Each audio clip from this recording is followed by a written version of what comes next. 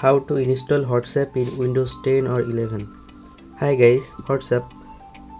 We are back from a long break. I am Ovi from Ovi Express. আজ আমরা দেখব কিভাবে desktop বা ল্যাপটপে হোয়াটসঅ্যাপ ইনস্টল করতে হয়। আমরা সাধারণত মোবাইলে হোয়াটসঅ্যাপ চালাতে অভ্যস্ত থাকি, তবে ল্যাপটপে ইনস্টল থাকলে আমাদের বাল্ক অ্যামাউন্টের কোনো কাজ করতে সুবিধা হবে। তাই কথা না বাড়িয়ে আজ আমরা আমাদের ভিডিও শুরু করব। প্রথমত আমরা গুগল ক্রোম ব্রাউজারে যাব, সেখান থেকে সার্চ বারে গিয়ে whatsapp.com লিখে সার্চ করব।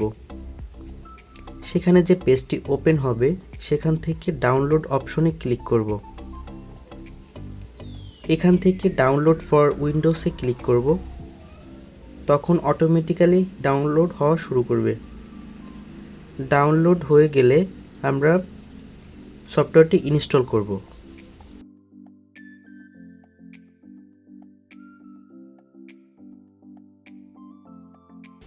এবার হচ্ছে আমাদের মোবাইলের হোয়াটসঅ্যাপটি ওপেন করতে হবে এবং সেখান থেকে উপরে রাইট সাইডের 3 ডটে ক্লিক করব এবং সেখানে লিঙ্কড ডিভাইস নামে একটা অপশন দেখতে পাবো, ওইটাতে ক্লিক করব। তারপর লিঙ্ক এ ডিভাইসে ক্লিক করব। পাসওয়ার্ড বা ফিঙ্গারপ্রিন্ট চাইলে সেটা তৎক্ষণাৎ দিয়ে দিব। তারপর যে কিউআর কোডটি আসবে সেটি স্ক্যান করতে হবে। স্ক্যান করার পর কিছু সময় লাগতে পারে, আবার নাও লাগতে পারে।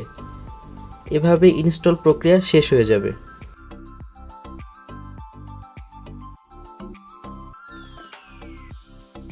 ডেস্কটপ বা ল্যাপটপে হোয়াটসঅ্যাপ ইনস্টল করার সুবিধাগুলো হলো মোবাইলে ডাটা বা ওয়াইফাই ছাড়াই হোয়াটসঅ্যাপ ইউজ করতে পারবেন।